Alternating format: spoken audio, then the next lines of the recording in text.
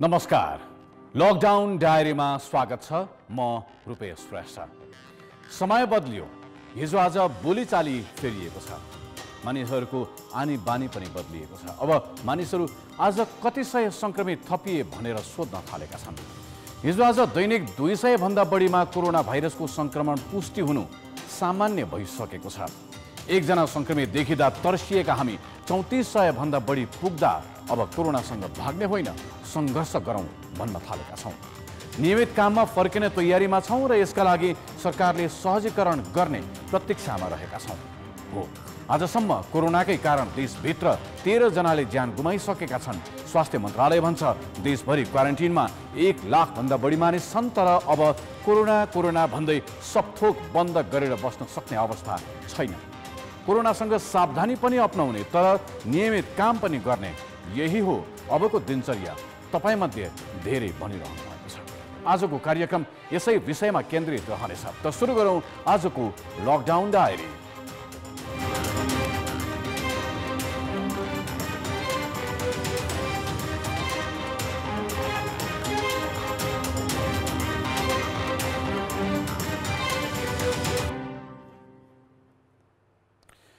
Lockdown सुरु भएको 2.5 महिना पूरा भएको छ। यो नेपालमा लकडाउन पालनको अवस्था अरू मुलुकको भन्दा सन्तोषजनक देखिएको छ। तर अब लकडाउनको विकल्प खोज्नुपर्ने आवाज पनि ठाउँ ठाउँबाट उठिरहेका छन्। जनमानसमा यो आवाज उठिरहेकै छ। सरकारले परीक्षणको दायरा भने जति बढाउन नसक्दा पनि जनमानसमा असन्तोष बढिरहेकै छ। भोकले मर्नुभन्दा बरु रोगले मरौँला भन्दै मानिसहरू निस्किन थालेका छन्। हुन पनि लकडाउनको स्वरूप नफेर्ने हो भने रोगले भन्दा भोकले धेरै मानिस मर्ने अवस्था नआउला भन्न सकिँदैन। लकडाउनको सुरुवातमा मजदुर र श्रमिक वर्ग सबैभन्दा धेरै मारमा परे। दिनभर काम नगरी घरमा चुलो नबल्ने स्थिति रहेकाहरू त सुरुदेखि नै प्रताडित छन्। लकडाउन लम्बिँदै गयो अनि हरेक वर्गमा यसको असर पनि बढ्दै गयो। मुलुकको अर्थतन्त्रमा ठुलो नोक्सानी त भयो नै, सानादेखि ठुला व्यवसायी, व्यापारी र उद्योगीहरू पनि अब हायल कायल भइसकेका छन्। आजकै मात्र कुरा गर्ने हो भने पनि देशकै राजधानी काठमाडौँ सहित अरू विभिन्न सहरहरूमा लकडाउनको पालना कमै मात्र भएको देखियो। सार्वजनिक सवारी साधन चलेका छैनन्, तर निजी सवारी साधनहरू बेरोकटोक चलिरहेका देखिए। पैदल यात्रु बाक्लै हिँडेको देखियो भने बजार पनि केही दिन यता जसरी तसरी खुल्ने प्रयत्नमा छन्। सहकर्मी श्री पाण्डेले तयार पारेको यो रिपोर्ट हेरौँ। यति बेला करिब बिहानको 11 बजेको छ र म अहिले नेपालकै प्रमुख व्यापारिक केन्द्रमध्येको एक असन बजारमा रहेको छु।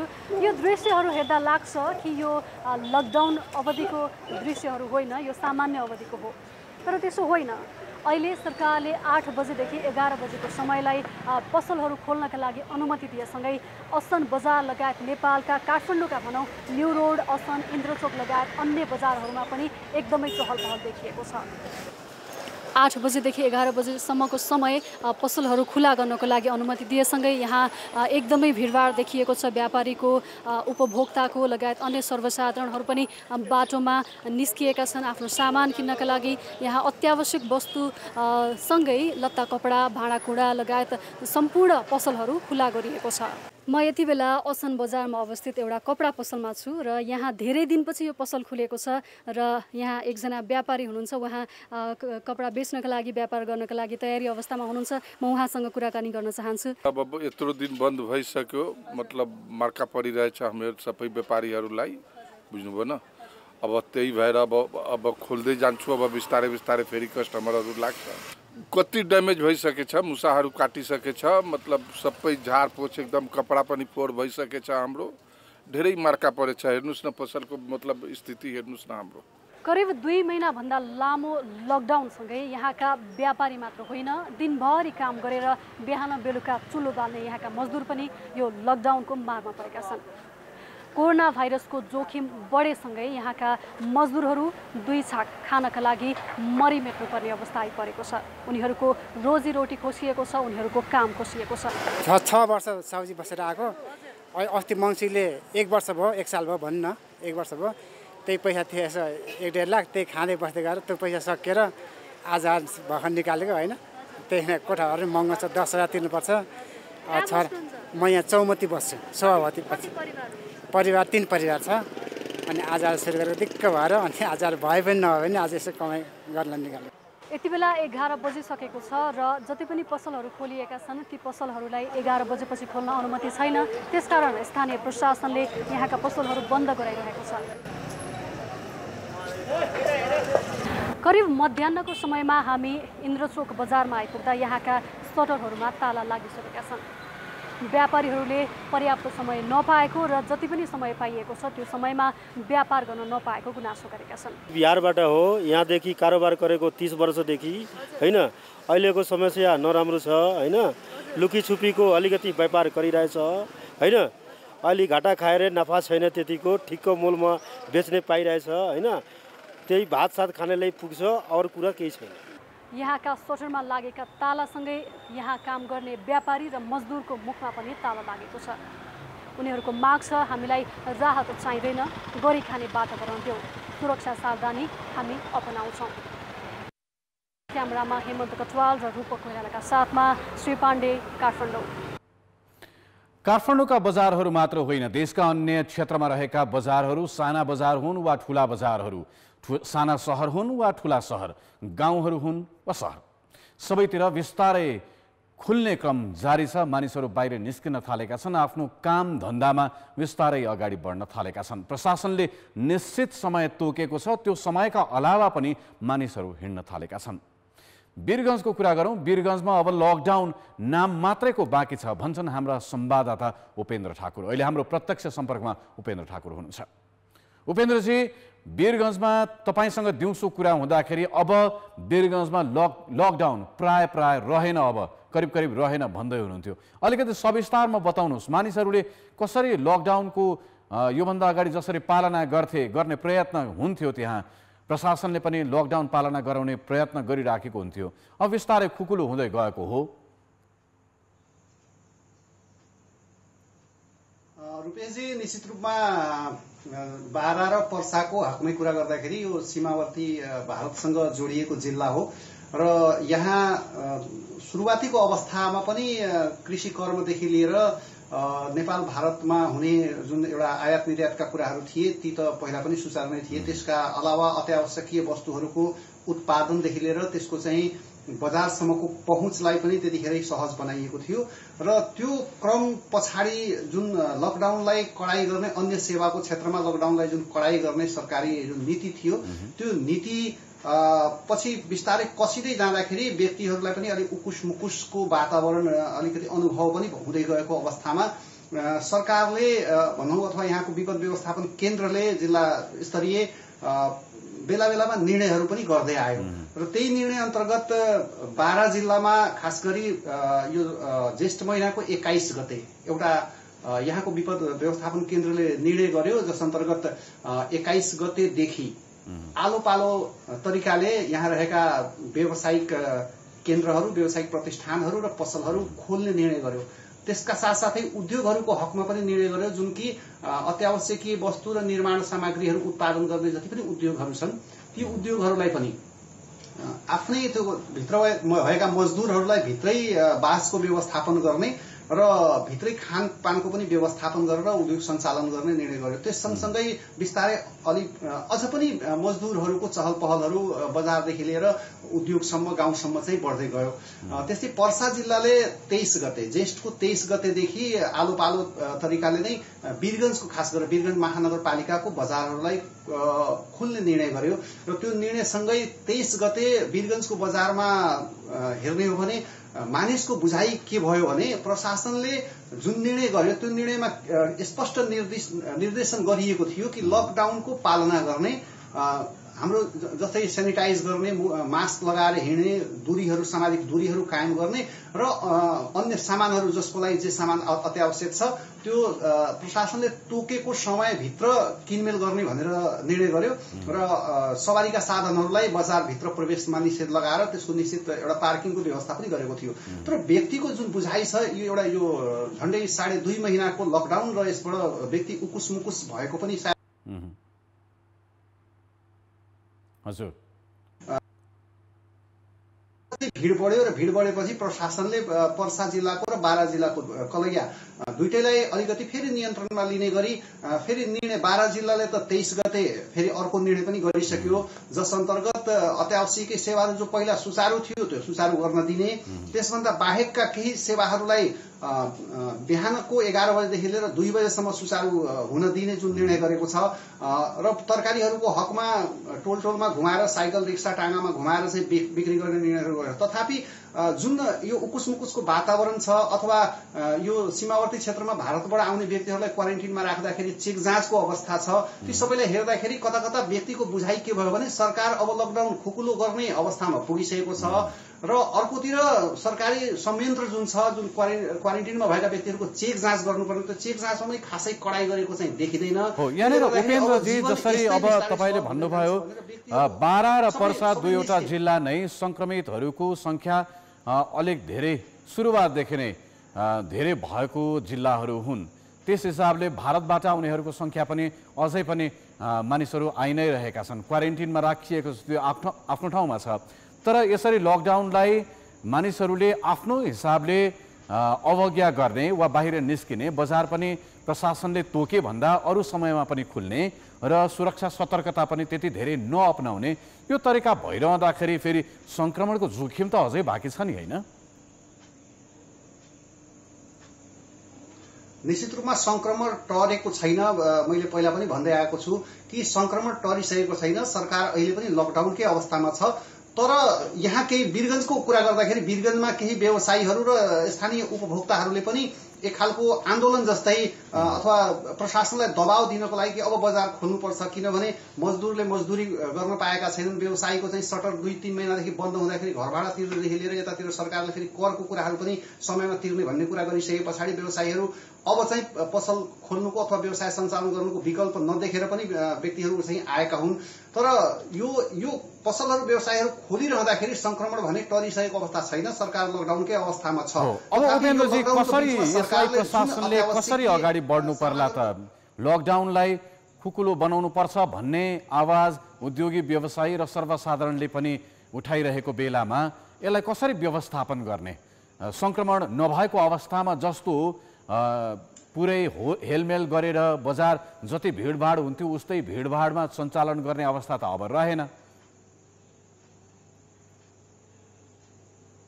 निश्चित रूपमा रूपेशजी, पछिल्लो समय सरकारले भनौँ न केन्द्रीय विपद व्यवस्थापन समिति अथवा केन्द्रले जुन गरेको एउटा निर्णय छ र यसको एक खालको जुन छुट्टै फेरि अर्को निर्देशिका आएको छ, जस अन्तर्गत अब भारतबाट आउने क्वारेन्टिनमा बसेका व्यक्तिहरूमा यदि त्यस्तो किसिमको संक्रमण को लक्षणहरू नदेखिएमा उनीहरूलाई चेक जाँच नै नगरेर घर पठाउने अथवा निश्चित समयभरि क्वारेन्टिनमा राखेर संक्रमणको लक्षण देखिएन भने पठाउने जुन पछिल्लो मापदण्ड आयो र अहिले सरकार स्थानीय तह अन्तर्गत अथवा स्थानीय सरकारसँग भएको क्षमताहरू पनि अलिकति भर्दै गएर त्यहाँ राख्न सक्ने अवस्था पनि आएन, किटको अभावहरू पनि देखिँदै गयो र यस सँगसँगै बजारहरू खुकुलो पनि हुँदै गएको अवस्थालाई मध्यनजर गर्दाखेरि एउटा आम व्यक्तिको बुझाइ कस्तो भयो भने अब सरकार कोरोना परीक्षण गर्न सक्ने अवस्थामा पनि छैन।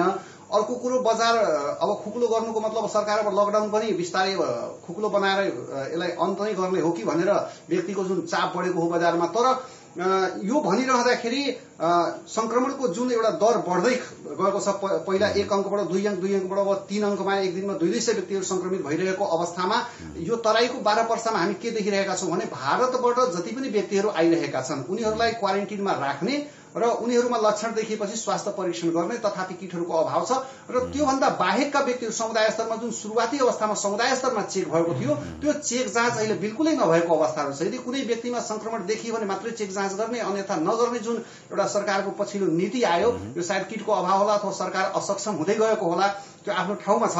तर जब समुदायमा चेक जाँच नै नगर्ने हो र संक्रमित आफ्नै घरमा अथवा समुदायमा घुमि नै राख्ने हो भन्दाखेरि त त्योभन्दा राम्रो उपाय त के छ भने व्यक्तिहरू आफ्नो आम जनजीवनमा अथवा जीविकाको सवालमा गर्नुपर्ने कामहरूमा फर्किँदा बरु रोग लागोस्, रोगले चाहिँ मर्न नपरोस् भन्ने हिसाबले मानिसहरू बाहिर निस्किन थाले। हस्, धन्यवाद उपेन्द्रजी तपाईँलाई। निश्चित रूपमा हस्, धन्यवाद। हुनुहुन्थ्यो वीरगञ्जबाट 12 र पर्सामा मानिसहरू कसरी लकडाउनलाई अवज्ञा गरेर बाहिर निस्किरहेका छन् र सँगसँगै त्यसको जोखिम के छ भन्ने बारेमा हामीलाई जानकारी गराउँदै हुनुहुन्थ्यो। सरकारका मन्त्रीहरू पनि अब लकडाउनको स्वरूप फेर्नुपर्छ भनि नै रहेका छन्। छलफल चलिरहेको छ, गृह कार्य भइरहेको छ, तर निर्णयमा सरकार पुग्न सकिरहेको छैन।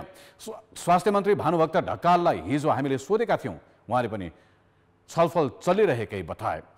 हिजो हामीले उनलाई यसबारे कुरा गर्दाखेरि अब तत्काल चाँडै नै सरकारले यसबारेमा निर्णय गर्ने जानकारी दिँदै हुनुहुन्थ्यो। सरकार अनिर्णित रहँदा सङ्क्रमण तुलनात्मक रूपमा कम रहेका जिल्लाहरूमा मानिसहरूले आफ्नै हिसाबले बजार खोल्न थालेका छन्। कतिले लकडाउनको अवज्ञा गरेको नै बताइरहेका छन्। प्रदेश 1 को राजधानी विराटनगरमा पनि कल कारखाना र बजारहरू खुल्न थालेका छन्। अहिले हाम्रो सम्पर्कमा हुनुहुन्छ विराटनगरबाट कान्तिपुर संवाददाता महाप्रसाद खतिवडा। महाजी, वीरगञ्जको अवस्था तपाईँले सुनि नै हाल्नुभयो, विराटनगरको अवस्थाको बारेमा बताउनुहोस्। मानिसहरूले आफ्नो जीविका कसरी धानिरहेका छन् र मानिसहरूले अबको दिनचर्या कस्तो बनाउन खोजिरहेका छन्? रूपेशजी, यो पछिल्लो समयमा यो सर्वसाधारणहरूले चाहिँ यो आपसे आप रूपमा चाहिँ यो आउन थाले। जस्तो कि यो अब हामीले चाहिँ कतिन्जेलसम्म चाहिँ यसरी बस्ने, भोकै यो रोगले भन्दा पनि भोकले मर्ने भयो भनेर उनीहरूले यो पछिल्लो समयमा चाहिँ स्थानीय व्यापारीहरू नै यो प्रतिकारमा उत्रिन थाले। जब दोस्रोचोटि यो नेपाल सरकारले चाहिँ लकडाउनको समयावधि 32 गतेसम्म सार्ने भनेर घोषणा गर्यो, किनकि अधिकांश व्यापारीले अब यो 18 गते जेठ 18 गतेपछि लकडाउनको स्वरूप बदलिन्छ र त्यसपछि हामीले निश्चित समयमा व्यापार व्यवसाय गरेर खान पाउँछौँ भन्ने सोचेका थिए। तर हठात रूपमा त्यो स्वरूपमा कुनै पनि परिवर्तन नगरिकन 31 गतेसम्म परिवर्तन गरिसकेपछि लकडाउनको समयावधि थप गरिसकेपछि भोलिपल्ट चाहिँ स्थानीय व्यापारीहरूले प्रतिकारमा उत्रिए। हामीहरूको ब्याङ्कको ब्याज कसले तिर्दिन्छ, घर भाडा कसले तिर्छ भनेर उनीहरूले चाहिँ यसरी आइसकेपछि त्यसपछि महानगरी स्तरीय यो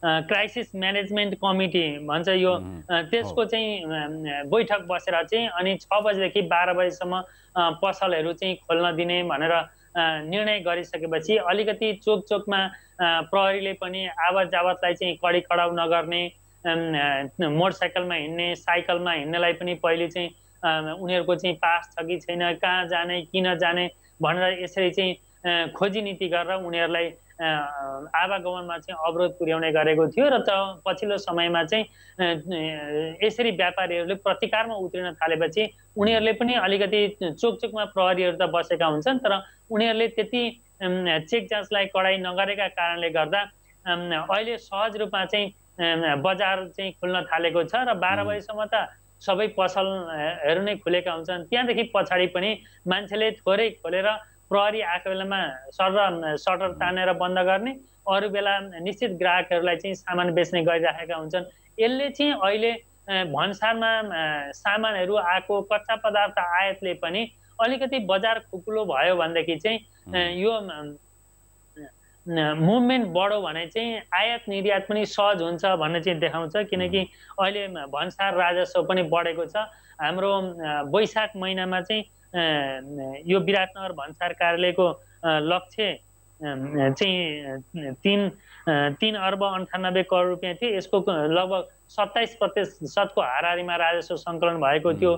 त्यति बेला 40-50 वटा 60-70 वटा सवारी साधनहरू, मालवाहक सवारी साधनहरू भन्सारबाट चाहिँ नेपाल भित्रिने गरेका थियो भने अहिले चाहिँ बढेर 200 वटा सवारी साधन चाहिँ भित्रिन थालेका छन् भन्सारबाट सरदर भने। अब अहिले वैशाखको भन्दा जेठको टार्गेट लक्ष्य पनि बढी छ। भन्सारको 4 अर्ब 44 करोड छ। यति लगभग 46 करोड रुपियाँ बढी लक्ष्य निर्धारण भएको अवस्थामा पनि अहिले यति बेला चाहिँ लक्ष्यको 47% राजस्व चाहिँ करिब आज 25 गतेको दिनसम्म चाहिँ सङ्कलन भइसकेको छ। यसले गर्दाखेरि चाहिँ यो बजारले यो खुला हुँदाखेरि लकडाउन खुकुलो हुँदा चाहिँ अलिक सहज भएको छ। उद्योग कल कारखाना पनि बढी चलेका छन् भनेर भन्न सकिन्छ, किनकि हिजो व्यापारीहरूले उद्योगपतिहरूले भन्ने गर्नुभएको थियो कि हामीले उत्पादन गरेर मात्रै के गर्ने, यो त डम्प भएर बसिरहेछ, गोदाममा राख्ने ठाउँ भएन, हामीहरूको मोबिलिटी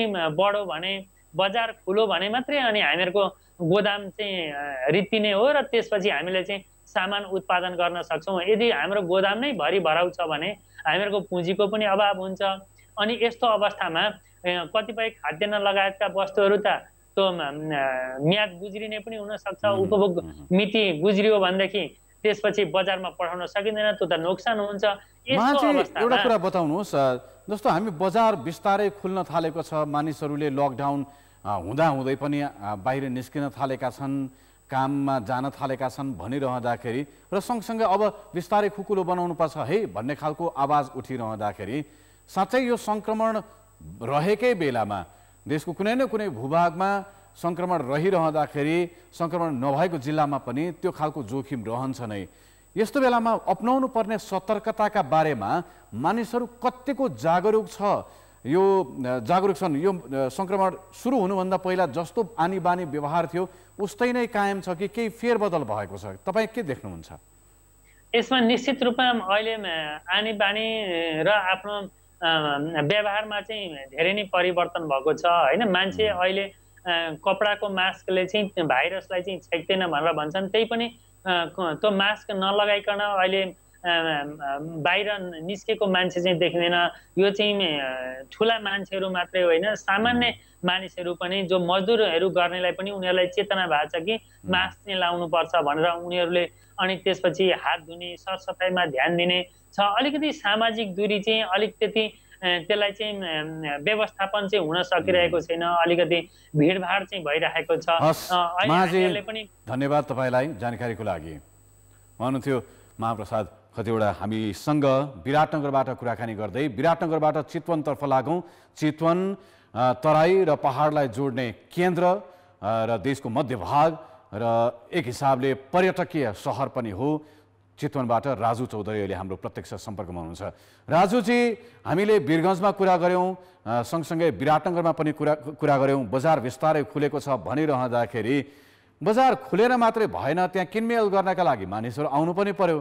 चितवनमा के छ? मानिसहरू किनमेलका लागि, कामका लागि, अरू विभिन्न दैनिक कामका लागि मानिसहरू निस्किने र त्यस अनुसार अघि बढ्ने क्रम कतिको छ र सँगसँगै सङ्क्रमणको जोखिमलाई ध्यानमा राखेर सतर्कता अपनाउने कुराहरूमा कतिको सतर्क छन्, कतिको जागरुक छन्? रूपेशजी, चितवनमा पनि अब अन्य जिल्लामा जस्तै पछिल्लो समय मानिसहरूको चाहिँ अलिकति चहलपहल अलिक बढ्न थालेको छ। विशेष गरी व्यस्त बजार नारायणगढमा चहलपहल त्यस्तै देखिन्छ। पसलहरू चाहिँ खुल्न थालेका छन्, भरतपुरमा त्यस्तै खुल्न थालेका छन्। मानिसहरूको चाहिँ चहलपहल बाक्लिँदै छ।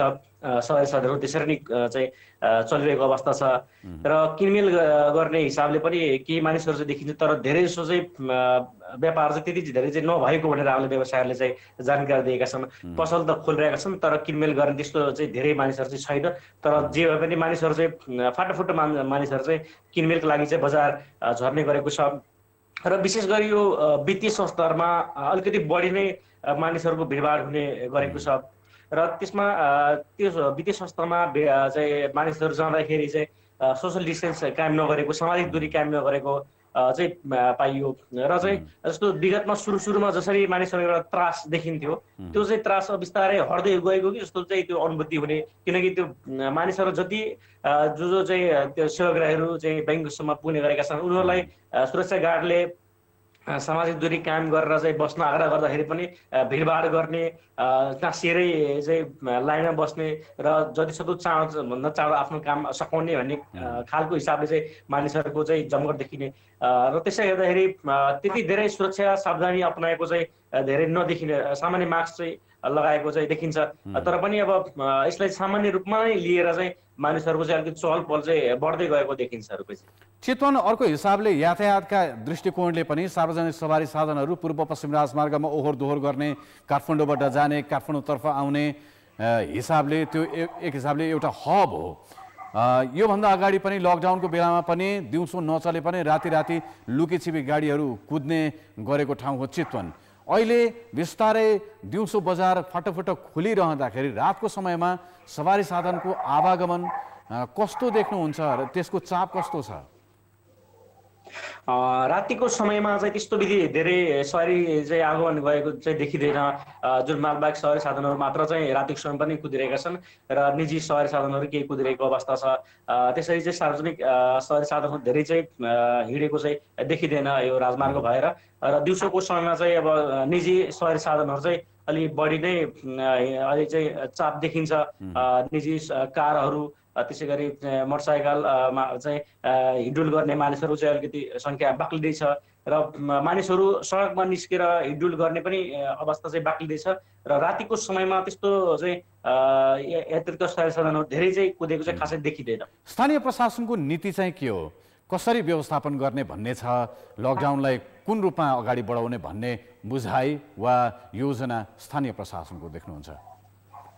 स्थानीय प्रशासनले केही दिन अगाडि स्थानीय व्यवसायहरूसँग पनि छलफल गरेको थियो र यहाँको उद्योग वाणिज्य सङ्घ त्यसै गरी चितवन च्याम्बर लगायतका संस्थाहरू चाहिँ एउटा बैठक पनि बसेको थियो सिडिओ कार्यालयमा, जिल्ला प्रशासन कार्यालयमा र व्यवसायहरूले चाहिँ बिहानको समय 10 देखि 4 बजेको समय चाहिँ पसल खोल्न पाउनुपर्छ भनेर माग चाहिँ गरेको थियो। तर स्थानीय प्रशासनले अहिले तत्काल चाहिँ नखोल्नु भनेर चाहिँ निर्णय गरेको छ, प्रशासनले चाहिँ आदेश दिएको छ। र तर पनि प्रशासनले त्यति भनिरहँदाखेरि चाहिँ फाटाफुटा पसलहरू खुल्ने, फेन्सी पसलदेखि लिएर अन्य अत्यावश्यक बाहेकका पसलहरू पनि बजारमा खुलेको चाहिँ देखिन्छ। र स्वयं रूप चाहिँ प्रहरी प्रशासन पनि चाहिँ पसलहरू बन्द गराउन चाहिँ हिँडेको हामी देख्छौँ। बजार चाहिँ बन्द पनि गराइरहेको छ, तर पनि खोल्ने क्रम चाहिँ भने त्यो चाहिँ रोकिएको छैन। र ठोस निर्णय चाहिँ चितवनमा अझै भइसकेको छैन। यसलाई लकडाउनलाई केन्द्रकै निर्णय गर्ने खालको स्थिति स्थानीय प्रशासनमा पनि छ। निर्णय गरेर चाहिँ केही समय खोल्न दिने भन्ने चाहिँ अझै पनि चितवन प्रशासन अन्यल चाहिँ देखिन्छ। हस्, धन्यवाद राजुजी। चितवनबाट राजु चौधरी। कोरोना भाइरसको संक्रमण तत्काल कम हुने सम्भावना छैन। परीक्षण जति हुँदै जान्छ संक्रमित पनि फेला पर्दै जानेछन्। त्यसो भन्दैमा मुलुकलाई अब धेरै बन्दी बनाइरहन नसकिने र नहुने बताउँछन् विज्ञहरू। अब यो भाइरससँगै हामीले बाँच्न सिक्नुपर्छ, विशेषज्ञहरू यही भनिरहेका छन्। अर्कोतर्फ विश्व स्वास्थ्य सङ्गठनले आज दक्षिण एसियाका केही देशमा संक्रमण विस्फोटक रूपमा बढ्न सक्ने चेतावनी दिएको छ। भारतमा मात्रै नभई बङ्गलादेश र पाकिस्तान लगायत जनघनत्व बढी भएका देशमा महामारी थप बिग्रदो अवस्थामा जाने खतरा कायमै रहेको भनिरहँदा यता हामी लकडाउन खुकुलो पार्ने कसरतमा छौँ। तर कसरी? विश्व स्वास्थ्य सङ्गठनले आकलन गरे जस्तो जोखिम यहाँ नभएको हो र? यदि जोखिम कम नै छ भने पनि लकडाउन कसरी खुल्ने, कसरी खुकुलो बनाउने, जोखिम पनि कसरी कम गर्ने, संक्रमणलाई नियन्त्रणमा राख्दै लकडाउन खुकुलो पार्दै जाने उपाय के छ त? यसै बारेमा कुराकानी गर्न जोन्स हपकिन्स विश्वविद्यालय अमेरिकामा कार्यरत जनस्वास्थ्यविद डाक्टर दिनेश न्यौपाने अहिले हाम्रो प्रत्यक्ष सम्पर्कमा हुनुहुन्छ। डाक्टर न्यौपाने, तपाईँलाई लकडाउन डायरीमा स्वागत छ। धन्यवाद। जस्तो तपाईँले सुनि पनि हाल्नुभयो, हामीले विभिन्न सहरमा रहेका हाम्रा संवाददाताहरूसँग कुराकानी पनि गऱ्यौँ। एक हिसाबले छापामा पनि तपाईँले मिडियामा, नेपाली मिडियामा सुनिरहनु भएको, पढिरहनु भएको हुनुपर्छ। बिस्तारै अब लकडाउन खुकुलो पार्दै जानुपर्छ भन्ने खालको आवाज अलि बढिरहेको छ। तर हेर्ने हो भने संक्रमणको दर पनि उस्तै तरिकाले बढिरहेको छ। जोन्स हपकिन्स विश्वविद्यालयमा रहेर विश्वभरिका विभिन्न देशहरूमा जहाँ जहाँ संक्रमण बढिरहेका छन्, संक्रमण भएका छन्, ती देशहरूको अवस्था अवलोकन, अध्ययन, अनुसन्धान गरिरहँदाखेरि नेपालको अवस्थामा, नेपालको संक्रमणको दर, यहाँको भौगोलिक अवस्था, यहाँको सामाजिक स्थिति, हाम्रो आर्थिक स्थिति, यो सबैले हेर्दाखेरि आज लकडाउन खुकुलो पार्नुपर्छ भन्ने आवाज कतिको जायज हो, खोल्नु कतिको बुद्धिमत्तापूर्ण होला? पहिलो कुरा त अब हामीले यो लकडाउन भनेको के हो, किन गरिन्छ भनेर बुझ्नु जरुरी छ। लकडाउन भनेको जनस्वास्थ्यमा रोकथामको लागि प्रयोग गरिने निकै नै कठोर अभ्यास हो। जुन रोगको खोप छैन, जुन रोगको औषधि छैन र जुन रोगको संक्रमित दरलाई चाहिँ कम गर्नुपर्ने एकदमै जरुरी छ, त्यस्तो अवस्थामा चाहिँ लकडाउन जस्ता यी कठोर अभ्यासहरू चाहिँ प्रयोग गरिन्छ। र लकडाउन आफैमा समस्याको समाधान होइन। लकडाउनले एउटा हामीलाई समय दिन्छ, त्यो संक्रमण दर कम हुने भएको हुनाले हामीसँग एउटा समय प्राप्त हुन्छ र त्यो समयलाई हामीले सही सदुपयोग गर्न सक्यौँ, त्यो समयमा हाम्रो स्वास्थ्य संरचनाहरूलाई सुधार गर्न सक्यौँ र अरू व्यवस्थापकीय कुराहरूलाई पनि हामीले उपयोग गर्ने गरी चाहिँ रणनीतिहरू बनाउन सक्यौँ, तिनीहरूलाई कार्यान्वयन गर्न सक्यौँ भने अनि लकडाउनलाई अनि त्यसपछि चाहिँ बिस्तारै खोल्दै जाने चाहिँ अन्तर्राष्ट्रिय अहिले अरू देशहरूको अनुभवबाट देख्न सकिन्छ। अब नेपालको कुरा अब तपाईँले भन्नुभए जस्तै छ। अब तथ्याङ्क आधारमा भनियो भने अब नेपालमा हाम्रो बल्ल सङ्क्रमण सुरु भएको छ। निश्चित रूपमा अब यो अलिकति अप्रिय पनि अब हाम्रोमा क्षति बिस्तारै बढ्दै जाने देखिन्छ र केही हप्तादेखि बढ्दै गएको पनि देखिन्छ। र अब अहिले हामीले एउटा हामीसँग जुन समय थियो त्यसलाई अलिकति हामीले अब काम त भइरहेको छ, तर जति गर्नुपर्ने हो त्यति नभएको हुनाले अलिकति यो अब निकै नै अब जटिल अवस्थामा आइपुगेको छौँ जस्तो लाग्छ। अब कोरोना भाइरस मात्रैको दृष्टिकोणले हेर्ने हो भने त बिल्कुल अहिले लकडाउन खोल्ने बेला भएको छैन। झन् यसलाई कसरी अझ व्यवस्थित गरेर अझ प्रभावी रूपमा कार्यान्वयन गर्नुपर्छ भन्नेतिर जानुपर्छ। तर अब हाम्रो समाजमा कोरोना भाइरस मात्रै एउटा समस्या होइन, हामीसँग थुप्रै जनजीविकाका समस्या पनि छन्, जनस्वास्थ्यका अरू हाम्रा रोगहरू समस्याहरू पनि छन्। र यो कोरोना भाइरसले गर्दाखेरि अरू समस्याहरूबाट झन् बढी क्षति हुने अवस्था चाहिँ आउन दिनु हुँदैन जस्तो लाग्छ मलाई। अब यो अवस्थामा डाक्टर न्यौपाने तपाईँको सुझाव के हुन्छ? अन्य मुलुकहरू जो नेपाल जस्तै स्तरका मुलुकहरू जहाँ सङ्क्रमण छ, जहाँ सङ्क्रमणको दर बढिरहेको छ, जसले लकडाउनको पनि अभ्यास गरिरहेका छन्, सन्तोषजनक छ नेपालको अवस्था हेर्ने हो भने लकडाउनको पालना आजसम्मको स्थिति हेर्ने हो भने सन्तोषजनक नै मान्नुपर्छ। तर तपाईँले भने जस्तै लकडाउनका अरू प्रभावहरू थुप्रै देखिन थालेका छन्। क्वारेन्टिनमा मानिसहरूको मृत्यु हुनेदेखि लिएर भोकले मान्छेको मृत्यु हुनेदेखि लिएर मानिसहरूको आय स्वासुटे घटेर अब बचत पनि सकिने बेला भइसकेको स्थिति छ। उद्योग कल कारखाना नखुल्दाखेरि र बजार नखुल्दाखेरि देशको अर्थतन्त्रमा गम्भीर असर पर्न सक्ने स्थितिलाई मध्यनजर गर्दै अब यो लकडाउन खुकुलो पार्ने साँच्चै बेला भएको हो भन्ने जस्तो तपाईँले सङ्केत त गर्नुभयो। तर त्यो बाहेक अरू केही विकल्प हुन्छ भने विकल्प के छन्? नभए लकडाउन कसरी खुकुलो पार्ने? अब यो खास गरी अब पछिल्लो पटक हामीले यो भारतबाट सीमाबाट आउने नेपालीहरूको उचित व्यवस्थापन गर्न सकेको भए सीमामै क्वारेन्टिनको व्यवस्था गरेर त्यहाँ केही समय राखेर त्यहाँबाट चाहिँ जो व्यक्तिहरूमा कोरोना पोजिटिभ छैन उनीहरूलाई मात्रै हामीले गाउँतिर ल्याउन सकेको भएदेखि लकडाउनलाई बिस्तारै खुकुलो पार्न सकिन्थ्यो। तर पछिल्लो पटक जसरी विदेशबाट अब नेपाली आउने चाप बढेको छ, जसरी भारतबाट नेपालीहरू आउनेको गहिरो लागेको छ, अब यो अवस्थामा चाहिँ अब अझ जटिल बन्छ। अब त्यो एउटा सुनौलो अवसर थियो। हामीले गाउँहरू जुन गाउँहरूलाई अब सानो सानो एरियाहरूमा हाम्रो कुनै त्यो समस्याहरू देखिएको थिएन, पोजिटिभहरू देखिएको थिएन, तिनलाई बिस्तारै खुकुलो पार्ने हाम्रो एउटा सुनौलो अवसर थियो। तर पछिल्लो पटक हामीले क्वारेन्टाइनमै पठाउने, गाउँपालिकामा रहेको क्वारेन्टाइन पठाउने, अथवा अझ पछिल्लो पटक त अब घरमै तपाईँहरू घरमै बस्नुहोस्, घरमै आइसोलेसनमा बस्नुहोस् अथवा घरमै क्वारेन्टाइनमा बस्नुहोस् भन्दाखेरि चाहिँ अब जोखिम चाहिँ निश्चित रूपमा बढ्छ। यो सङ्ख्या चाहिँ अब बढ्दै जान्छ। अब हामीले लकडाउन कायमै राखे पनि यो सङ्ख्या चाहिँ बढ्छ। अब लकडाउनलाई खुकुलो राख्यो भने चाहिँ यो सङ्ख्या चाहिँ अझै बढ्दै जान्छ। अब यो एउटा हामी एकदमै यो जटिल मोडमा आइपुगेका छौँ। नेपालको स्थितिलाई हामीले अहिले हेर्ने हो भने तथ्याङ्कको आधारमा अथवा हेर्ने हो भने चाहिँ यो अब एउटा जटिल मोड चाहिँ आएको छ। तर अब यसमा यदि भन्दै गर्दाखेरि अब इसेन्सियल सेवा भन्छ जुन चाहिँ अत्यावश्यकीय सेवा हुन्, मान्छेको जीविकोपार्जन, अब खान पर्ने अथवा दैनिक अत्यावश्यकीय आवश्यकताहरू जुन नहुने हुन्, अब ती कुराहरूलाई मात्रै प्राथमिकता राखेर ती क्षेत्रहरू कुन हुन् र तिनलाई चाहिँ कसरी यो फेरि खोल्ने भन्ने कुरा पनि अलिकति यो मिसअन्डरस्ट्यान्डिङ हुन्छ जस्तो लाग्छ। अब हिजोकै अवस्थामा हामी फर्किन सक्दैनौँ।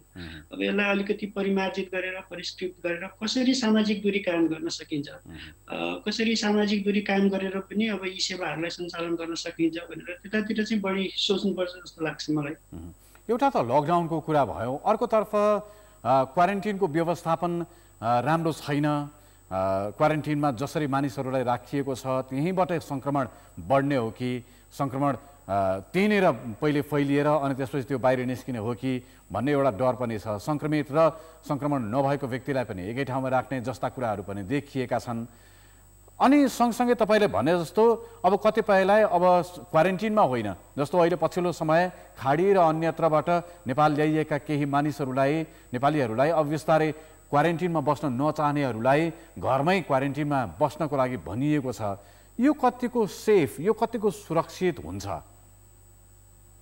अब यो अब जोसँग क्षमता छ, जोसँग अब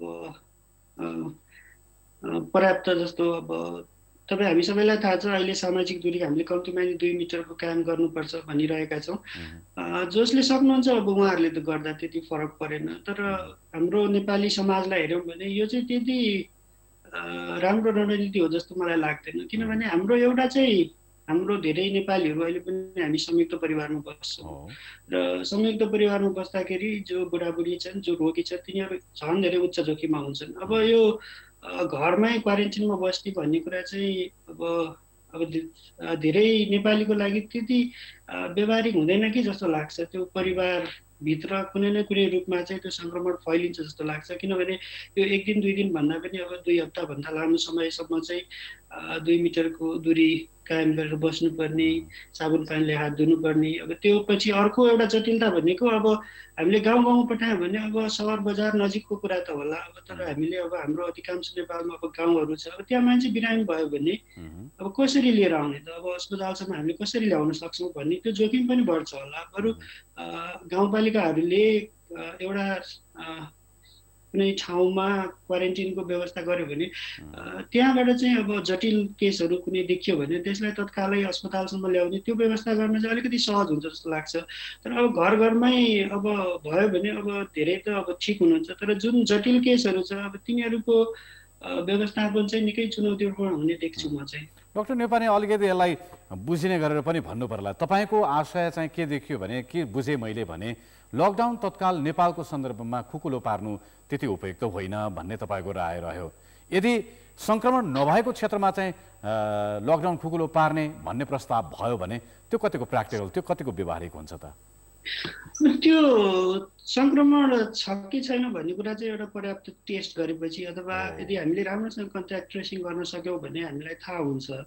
अब हामीले राम्रोसँग टेस्ट गर्न सकेनौँ भने अब अझ पछिल्लो पटकको तपाईँ हामीले यसको यो लक्षणहरू हेर्ने हो भने कोभिड-19 को धेरैजनाहरूमा बिना लक्षण देखिरहेको छ होइन। यो नेपालमा मात्रै होइन, अन्तर्राष्ट्रिय स्तरमा पनि धेरै व्यक्तिहरूमा लक्षण नदेखिने तर उहाँहरूमा त्यो सङ्क्रमण चाहिँ भएको अवस्थाले गर्दाखेरि अब ठ्याक्कै यही अवस्था छ, यो टेस्ट हामीले यति गऱ्यौँ, यो टेस्टको आधारमा यति नै अवस्था छ नेपालको सन्दर्भमा भनेर भन्न चाहिँ अलिकति गाह्रो छ। तर हिजो आज अस्तिको रूपमा कम्पेयर अब यो तुलना गर्दै जाने हो भने अब त्यसैलाई आधार मानेर गर्ने हो भने अब कतिपय क्षेत्र चाहिँ अब सुरक्षित छन् जस्तो पनि देखिन्छ। तर मैले अघि पनि भन्न सक्ने स्थिति भएन। तर अर्को मैले भन्न खोजेको कुरा चाहिँ के हो भने अब भारतबाट अब खासै अब रोग चाहिँ यदि त्यो समुदायभित्र छैन भने कसै न कसैले बाहिरबाट ल्याउनुपर्छ। यदि कोही व्यक्तिले बाहिरबाट त्यो सङ्क्रमण ल्याएन र त्यो स्थानीय तहमा त्यो सङ्क्रमण छैन भने त्यो फैलिने भन्ने हुँदैन। र अब कतिपय हाम्रो अझै पनि ठाउँहरू अब गाउँहरू अब त्यस्ता ठाउँहरू छन् जहाँ राम्रोसँग चाहिँ क्वारेन्टिनको चाहिँ अब त्यो पालना भएको छ अथवा ती गाउँहरूले विदेशबाट अथवा बाहिरबाट आफ्नो गाउँपालिकाभन्दा बाहिरबाट आउने मान्छेहरूलाई राम्रो निगरानी गरिरहनु भएको छ। गत 2 महिनादेखि हाम्रो लकडाउन 2 महिनाभन्दा बढी भइसक्यो छ भने अब त्यस्तोमा चाहिँ जोखिम चाहिँ कम हुन्छ निश्चित रूपमा। तर कम हुन्छ भनेर अब ल अब हाम्रोमा रोगै छैन, आउनै सक्दैन, सम्भावनै छैन भन्ने चाहिँ होइन, जोखिम चाहिँ उत्तिकै हुन्छ। तर त्यो गाउँ त्यो पालिकाभित्र चाहिँ केही हदसम्म चाहिँ खुकुलो गर्न सकिन्छ। मानौ यति भन्दा भन्दै पनि लकडाउनको स्वरूप बदलिने भन्ने कुरा भयो। अहिले पनि म तपाईँसँग कुरा गरिरहँदाखेरि यति बेला कोरोना रोकथाम तथा नियन्त्रण उच्चस्तरीय समिति जुन छ सरकारको, यसको बैठक चलिराखेको छ सम्भवतः यो स्वरूप परिवर्तन गर्ने विषयमै, र यसले ठोस केही निर्णय ल्यायो र स्वरूप बदलिने भन्ने भयो भने कस्ता कस्ता कुराहरू चाहिँ एकदमै ध्यान दिनुपर्ने कुरा हुन्छ सरकारले नै पनि र सर्वसाधारण आम मानिसले पनि ध्यान दिनुपर्ने कुरा के हुन्छ? यो हामी सबैको दायित्व हो। यो अब सरकारले मात्रै गर्न सक्ने अथवा जनताले मात्रै गर्न सक्ने भन्ने होइन, यो सबैको दायित्व हो। अब यो लकडाउन भनेको पनि हामीले सामाजिक दूरी कायम गर्नको लागि ल्याएको। लकडाउन गरेपछि मान्छेले सामाजिक दूरी कायम गर्छ, सामाजिक दूरी कायम गरेपछि रोग फैलिने दर कम हुन्छ। त्यो भएपछि यसलाई चाहिँ नियन्त्रण गर्न अथवा व्यवस्थापन गर्न अलिकति सजिलो हुन्छ भन्ने हिसाबले लकडाउन आएको हो। अब लकडाउनलाई खुकुलै पार्ने अथवा लकडाउनलाई हटाउने भन्ने कुरा पनि अब यही कुरामा केन्द्रित हुनुपर्छ। कसरी सामाजिक दूरीलाई कायम गर्न सकिन्छ, कसरी यो साबुन पानीले बेला बेलामा हात धुन सकिन्छ, कसरी यो मास्कको प्रयोग गर्न सकिन्छ, अब त्यतातिर चाहिँ बढी जोड दिनुपर्छ। र अब कस्तो रणनीति आउँछ अब त्यो हामी पनि एकदम रुचिका साथ हेरिरहेको छौँ। सरकारले तपाईँको नजरमा विश्वका अन्य कुनै मुलुक हामीले युरोपसँग तुलना गर्ने, अमेरिकासँग तुलना गर्ने अवस्था त भएन, चीनकैसँग तुलना गर्ने अवस्था पनि छैन। त्यो हिसाबले नेपालले अहिले सिक्नै पर्ने, गर्नै पर्ने कुनै मुलुक हेरेर उनीहरूको जस्तो गर्न सकिने भन्ने त्यस्तो केही उदाहरण तपाईँसँग छ? त्यो वान साइज फिट चाहिँ हुँदैन। अब यसको तरिकाहरू विभिन्न छन्। अब कतिपय देशले लकडाउनै नगरी पनि अब नियन्त्रणमा लिएको छन्, तर अहिलेसम्मका जति अनुभवहरू छन् तिनीहरू चाहिँ धेरै विकसित देशहरूबाट मात्रै छन्। अब कम विकसित अथवा अल्प विकसित देशहरूमा लगभग नेपालको जस्तै समस्या छ। त्यहाँ पनि टेस्ट कम हुने, अब कन्ट्याक्ट ट्रेसिङ चाहिँ प्रभावकारी रूपमा नहुने। अब धेरै देशहरूमा चाहिँ अब अहिले टेस्टहरू नभएको हुनाले अब धेरै केसहरू देखिएको छैन। अब त्यो भएर ती देशहरू सुरक्षित छन् अथवा ती देशहरूमा चाहिँ राम्रो छ भनेर अहिले भनिहाल्न सक्ने अवस्था छैन। र इभन अब एकदम विकसित देशहरूमा पनि अब राम्रो गरिरहेका देशहरूको पनि यो कहिलेसम्म जान्छ, यो स्थायी हो कि होइन, यो कहिलेसम्म जान्छ, त्यो सेकेन्ड वेभ भन्छौँ हामी, सेकेन्ड वेभ थर्ड वेभको चाहिँ जोखिम कति छ भनेर अहिले तत्कालै भन्न सकिने अवस्था चाहिँ छैन। र कम विकसित देशहरूको अवस्था हेऱ्यो भने चाहिँ अब कतिपय देशहरूले चाहिँ अब टेस्टको मात्रा एकदमै बढाउँदै लगेको, कन्ट्याक्ट ट्रेसिङ चाहिँ प्रभावकारी रूपमा गर्दै गएको नेपालभन्दा राम्रो गरेको देखिन्छ। तर सालाकाल हेऱ्यो भने हामी कम विकसित देशहरूको समस्या एउटै छ। हाम्रो जुन टेस्टको मात्रा कम हुने, त्यसपछि कन्ट्याक्ट ट्रेसिङ चाहिँ प्रभावकारी नहुने, क्वारेन्टिनमा चाहिँ प्रभावकारी रूपमा राख्न नसकिने, अब यही नै छ अहिलेको लगभग यो कम हामी लो इन्कम कन्ट्री भन्छौँ तिनीहरूको अवस्था चाहिँ त्यति धेरै राम्रो वा त्यति धेरै अहिले भन्न सकिने एनालाइसिस गरेर यो देशले राम्रो गरेको छ, यो देशको फलो गर्नुपर्छ भन्ने अवस्था चाहिँ अहिले ठ्याक्कै चाहिँ छैन। डाक्टर नेपाने, तपाईँसँग अमेरिकादेखि कुरा गरिरहेको भनिरहँदाखेरि कतिपय दर्शकलाई के पनि लाग्न सक्छ भने अमेरिकामा त भ्याक्सिनको परीक्षण अनुसन्धान पनि भइरहेको छ भन्ने हामी सुन्छौँ भनेर अमेरिकादेखि कुरा गरिरहेको डाक्टरसँग यो कुरा चाहिँ सोधौँ न भन्ने दर्शकको जिज्ञासा हुनसक्छ। कहिलेसम्म अपेक्षा गर्न सकिएला अमेरिकामा त्यो भ्याक्सिन बन्ने वा विश्वका अन्य मुलुकमा यो भ्याक्सिन बनेर नेपाल जस्तो देशमा आइपुग्ने कति समय जति लाग्ला? यो धेरै राम्रो प्रश्न हो र धेरैजनाको उत्सुकताको प्रश्न पनि हो।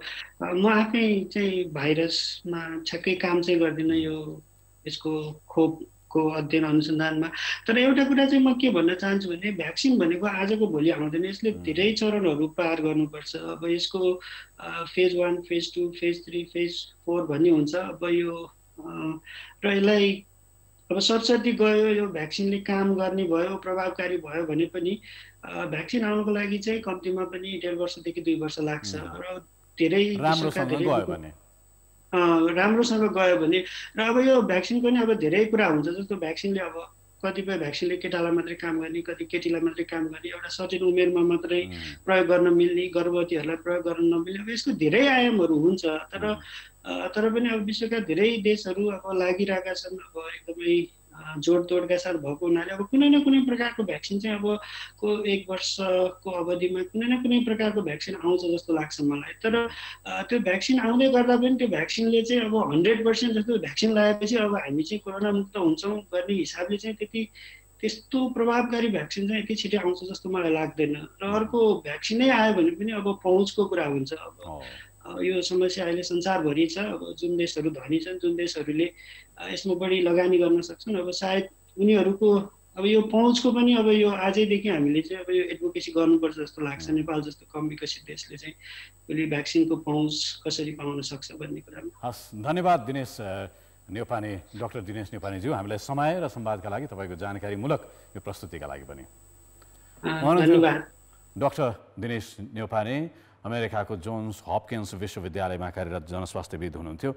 लकडाउन तत्काल खोलिहाल्नु त्यति धेरै बुद्धिमत्तापूर्ण हुँदैन भन्ने खालको निष्कर्ष उहाँको थियो। सँगसँगै क्वारेन्टिनहरूको थप व्यवस्थापनलाई अझै चुस्त बनाउनु आवश्यक छ भन्ने कुरा उहाँको रह्यो। ठुलो दबावपछि यता नेपालमा सरकारले बिस्तारै अर्थतन्त्रलाई चलायमान बनाउने गरी बजार, उद्योग तथा व्यापार व्यवसायलाई सहजीकरण गर्ने तयारी गरिरहेको बुझिन्छ। के सरकारले भन्ने बित्तिकै खुल्ने अवस्था छ त बजार? एउटा रिपोर्ट। लकडाउन खुकुलो बनाउन सरकारले निश्चित शर्तसहित केही क्षेत्रलाई आगामी महिनाबाट खोल्ने तयारी गरिरहेको छ। तर नेपाली बजारका मुख्य क्षेत्रहरू सरकारले भनेकै अवस्थामा सुचारू हुने अवस्थामा भने छैनन्। दैनिक उपभोग्य सामग्रीका पसल अहिले पनि निश्चित समय खुलिरहेका छन्, तर अरू सबै बन्द प्राय छन्। सरकारले यसपछि सुचारू गर्न खोजेको सार्वजनिक यातायात र अरू बजार क्षेत्र हो, तर कुनै एक क्षेत्र खुलेर मात्र बजार चलायमान हुने अवस्था छैन। त्यसैले उद्योग वाणिज्य महासंघ सबै क्षेत्र खुलाउनु पर्ने दबाब सरकारलाई दिइरहेको छ। यो लकडाउन होइन, यो अर्थतन्त्रको ब्रेकडाउन हो। अहिले नेपालमा दैनिक रूपमा 10 अरब पहिला व्यापार हुन्थ्यो, अहिले 90% त्यसको कम छ होइन। अब यसले गर्दाखेरि अर्थतन्त्र त एउटा डामाडोल स्थितिमा आइसकेकै छ र झन्डै 15 लाख युवाहरूलाई अहिले रोजगारी समाप्त भएको एउटा अवस्था पनि रहेको छ। रोजगारी यो राजस्वको स्थिति पनि एकदमै गम्भीर रहेको छ र यस्तोमा अब यो लकडाउनको जुन अहिलेको मोडल छ यसलाई हामीले कन्टिन्यू गर्ने हो भने एउटा यसले ठुलो दुर्घटना निम्त्याउँछ। आवश्यकता के छ भने अब हामी तुलनात्मक जोखिम आफ्नो हेर्न जरुरी छ। यस्तो अवस्थामा कोभिडलाई मात्रै हेर्ने र अरू जुन जोखिमहरू छ लाई नहेर्ने हो भने अब आउने समय चाहिँ ठुलो समस्याग्रस्त हामी हुन्छौँ जस्तो लाग्छ। अब आउने समय लकडाउन खुकुलो हुनुपर्छ। केही क्षेत्रहरूलाई छोडेर अब लकडाउन पूर्ण रूपमा खुकुलो गर्दै अब अर्थतन्त्रलाई चलायमान हामीले गर्नै पर्छ। निश्चित शर्तसहित खोल्ने प्रयास गरिरहेको सार्वजनिक यातायातमा 10 खर्बभन्दा बढीको लगानी रहेको अनुमान छ। लकडाउनमा सबैभन्दा बढी प्रभावित परेको मध्य क्षेत्र पनि यातायात नै हो। सरकारले यात्रु तथा चालकको स्वास्थ्य सुरक्षा प्याकेज नल्याए तत्काल सरकारले भनेकै बेला यातायात क्षेत्र सुचारू गर्न कठिन हुने उनीहरू बताउँछन्। सहजता त जान त पर्छ, तर हजुरले सोधे जस्तो प्रश्नको चाहिँ तुरुन्तै चाहिँ खोल्ने अवस्था चाहिँ छैन। दुईटा पाटोमा म व्याख्या गर्न चाहन्छु। एउटा प्राविधिक रूपमा पनि हाम्रो लगभग 3 महिना हुन लाग्यो गाडी थन्किएको। त्यो प्राविधिक रूपमा त्यसलाई जाँच नगरिकन, त्यसलाई चाहिँ सर्भिसिङ नगरिकन बाटोमा ल्याउँदाखेरि दुर्घटनाको विषय, यो त चाहिँ पब्लिकको चाहिँ सरकारको विषय भए हुनाले तुरुन्तै भन्ने बित्तिकै आजकै भोलि प्राइभेट गाडी निकाले जस्तो निक्लिने अवस्था छैन। एकदम त्यसमा एउटा चाहिँ छ। अब भोलि पब्लिक ट्रान्सपोर्ट रन हुने बित्तिकै के भन्दाखेरि उनीहरूको सेफ्टीको मेजर चाहिँ इम्पोर्टेन्ट मेजर हो। उनीहरूलाई दिनुपर्ने स्वास्थ्य उपकरणदेखि लिएर बिमाका एस्युरेन्सहरूदेखि लिएर त्यो दिनु परेन सरकारले। त्यो हुनाले सरकारले राज्यले आफूले चाहने कुराहरूलाई के डिलिभर गर्न खोजेको त्यो कुरा चाहिँ एज अ लोक कल्याणकारी राज्यका अवधारणा अन्तर्गत राज्य चल्नुपर्छ। एउटा व्यापारीको हिसाबले राज्य चलेर हुँदैन। अब यसले चाहिँ यो पैसा चाहिँ स्टक गरेर हुँदैन होला। घाटा भोलि हुन त आज चाहिँ 10 अरब घाटा होला, 10 खरब आएर घाटा होला, तर भोलि यही नागरिक बचेमा, यही चाहिँ जनता बचेमा त्यो कोप गर्न सकिएला। यस्तै करिब 4.5 लाख भन्दा बढीलाई रोजगारी दिने होटल तथा रेस्टुरा क्षेत्र पनि अहिले अस्तव्यस्त छ। अन्तर्राष्ट्रिय बजार तत्काल नखुल्ने र उपभोक्ताको क्रय शक्ति पनि घटेका कारण यो क्षेत्र खोलेर पनि पूर्ण रूपमा सञ्चालनमा ल्याउन नसकिने होटल व्यवसायी बताउँछन्। होटल व्यवसाय चाहिँ ओपन गर्ने बित्तिकै ठिक छ ओपन गरिदिनु होला, त्यसको परिपूर्ति गर्ने के होला? त्यसको क्लाइन्ट त आउनु पर्यो नि त। क्लाइन्ट त चाइनाबाट आउनुपर्ने होला, इन्डियाबाट आउनुपर्ने होला, या युरोपको इटाली जस्तो मुलुकबाट आउनुपर्ने होला, या भएको चाहिँ मुलुक अमेरिका जस्तोबाट आउनुपर्ने। ती मान्छे आउन सक्ने परिस्थिति छ त? अन्तर्राष्ट्रिय फ्लाइटहरू चलेका छन् त। त्यसले गर्दा त्यो परिस्थिति नभएकोले गर्दा पर्यटन उद्योगभित्र पनि होटल चाहिँ सबैभन्दा अन्तिममा खोल्नुपर्ने उद्योग हो। त्यो बाहेक के छन् अहिले इमिडिएट या खोल्नुपर्छ भन्ने किसिमको कुराले मात्रै रहँदैन। त्यसले गर्दा सबै उद्योग धन्दा चलिसकेपछि अन्तिममा चल्न सक्ने या अन्तर्राष्ट्रिय जगत नै अनुकूल भएपछि मात्रै होटलहरू चल्न सक्छन्, त्योभन्दा अगाडि चल्न सक्दैनन्। महामारीकै बीच अर्थतन्त्र चलायमान बनाउने कुरा आफैमा निकै जटिल र चुनौतीपूर्ण छ। त्यसैले यो बेलामा बजार पनि खोल्नै पर्ने र महामारीप्रति पनि सतर्कता पनि अपनाउनै पर्ने अवस्थामा हामी छौँ। तसर्थ सरकारले नागरिकको जीवधनसँगै व्यावसायिक क्षेत्रलाई पनि भरोसा पुग्ने गरी आर्थिक कार्यक्रम ल्याउनु जरुरी छ। सार्वजनिक वृत्तमा पनि विशेष गरी कम संक्रमण देखिएका क्षेत्रमा लकडाउन खुकुलो पार्नुपर्ने मत बढिरहेका छन्। हामीले आज ट्विटरमा लकडाउन खुकुलो पार्ने तरिकाबारे सामाजिक सञ्जाल प्रयोगकर्ताको धारणा बुझ्ने प्रयत्न गरेका छौँ। हाम्रो प्रश्नमा प्रतिक्रिया दिने धेरैले संक्रमण धेरै देखिएका क्षेत्रमा थप सतर्कता अपनाउँदै संक्रमण कम रहेका क्षेत्रमा सामाजिक दूरी कायम गर्दै लकडाउन खुकुलो बनाउँदै जानुपर्ने मत जाहेर गरेका छन्। हाम्रो प्रश्नमा जवाफ दिने धेरैले सामाजिक दूरी कायम गर्नुपर्नेमा जोड दिएका छन्। सागर प्रसाद भट्टराईले भने प्रधानमन्त्रीको इच्छाशक्ति र योजनाको विकेन्द्रीकरणका साथै आरडिटीलाई पीसीआर प्रविधिले विस्थापन गर्नुपर्ने लगायतका सुझाव राखेका छन्। यादव तिवारीले संक्रमण देखिएका जिल्ला र स्थानीय तहमा लकडाउनमा कडाई गर्ने, जोखिमका अन्य क्षेत्रमा आवागमन बन्द गर्नुपर्ने र बिस्तारै लकडाउन खुकुलो पार्दै लैजानुपर्ने धारणा राखेका छन्। नील बस्यालले पीसीआर टेस्ट र क्वारेन्टिनको उचित व्यवस्थापन मिलाउन सक्ने हो भने लकडाउन पुरै पनि खोल्न सकिने विचार राखेका छन्। डाक्टर रविन्द्र प्रसाद शाहले भने क्वारेन्टिनको अवस्था र व्यवस्थापनमा जोड दिएका छन्।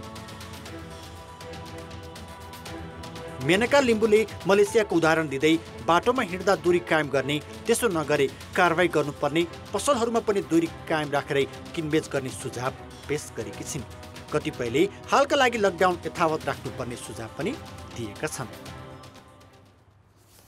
आजको लागि लकडाउन डायरी यति नै। कार्यक्रमबारे तपाईँका सुझाव र प्रतिक्रिया हामीलाई हाम्रो ट्विटर ह्यान्डल @OurKTV मा मेन्सन गरी लेख्न सक्नुहुनेछ। लकडाउन डायरीको अर्को अङ्क अर्को दिन। प्रोड्युसर चिरण पौडेल, सहकर्मी डिपी उपाध्याय, सँगसँगै विराटनगरबाट महाप्रसाद खतिवडा, वीरगञ्जबाट उपेन्द्र ठाकुर, चितवनबाट राजु चौधरी र काठमाडौँमा पर्वतार्थ घिमिरेका साथमा क्यामेरा र प्रविधिमा रहेका सबै साथीहरूसँगै म रूपेश श्रेष्ठ पनि बिदा हुन्छु। नमस्ते।